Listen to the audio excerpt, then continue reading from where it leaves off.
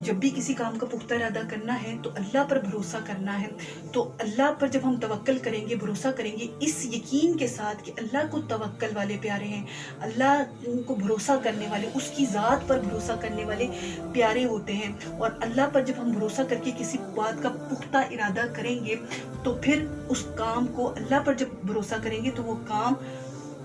अल्लाह की रिज़ा के हिसाब से, अल्लाह की मर्ज़ी के मुताबिक वैसे ही होगा जैसा हमारे हक़ में बेहतर होगा। ये एक सिंपल सा फार्मूला है, एक सिंपल सा फार्मूला है। वो काम फिर अल्लाह की रिज़ा के मुताबिक हमारे लिए वैसे ही होगा जैसे हमारे हक़ में बेहतर होगा। अल्लाह ताला ने फरमाया कि अगर अल्लाह तुम्हारी मदद करे, यानी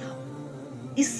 चीज़ को हमारे लिए आसान और कर दिया अल्लाह ताला ने। अगर जब तुम जो है वो किसी बात का पुख्ता इरादा कर लो तो मुझ पे भरोसा करो, बेशक तवक्कल वाले अल्लाह को प्यारे हैं, ट्रस्ट करो अल्लाह पे और बस शुरू कर दो, स्टार्ट कर दो। वो जो काम करना है ना तुम्हें को, या अल्लाह मैं तुझ पे भरोसा किया और मैं ये काम शुरू करने लगा, मैं ये काम जो है वो करने लगी हूँ। फिर अगला स्टेप आपका ये होगा, आपने वो काम करना है और फिर नतीजा अल्लाह पे छोड़ देना है। फिर जो आपके लिए बेहतर होगा अल्लाह वो आपके लिए कर देगा और फिर वैसे ही आपको जो है वो तस्कीन और तसल्ली मिल जाएगी। और नेक्स्ट आयत में जब आप आएंगे कि अगर अल्लाह तुम्हारी मदद करे कोई तुम पर गालिब नहीं आ सकता, यानी कि उस काम में जब अल्लाह की मदद आ जाएगी तो फिर आपके उस काम में किसी भी किस्म की कोई परेशानी आपके लिए, कोई किसी भी किस्म की परेशानी आपके लिए कोई क्रिएट भी नहीं कर सकता, क्योंकि जब अल्लाह आपकी मदद कर रहा है तो कोई तुम पर गालिब नहीं आ सकता। लेकिन अगर अल्लाह आपको छोड़ दे तो फिर आपको इस चीज़ का यकीन होना चाहिए कि अगर मेरा रब मेरे सारे मसले मसाइल हल करने पर कादिर है और वो मेरे सारे मामलात को ठीक करने पर कादिर है, मेरे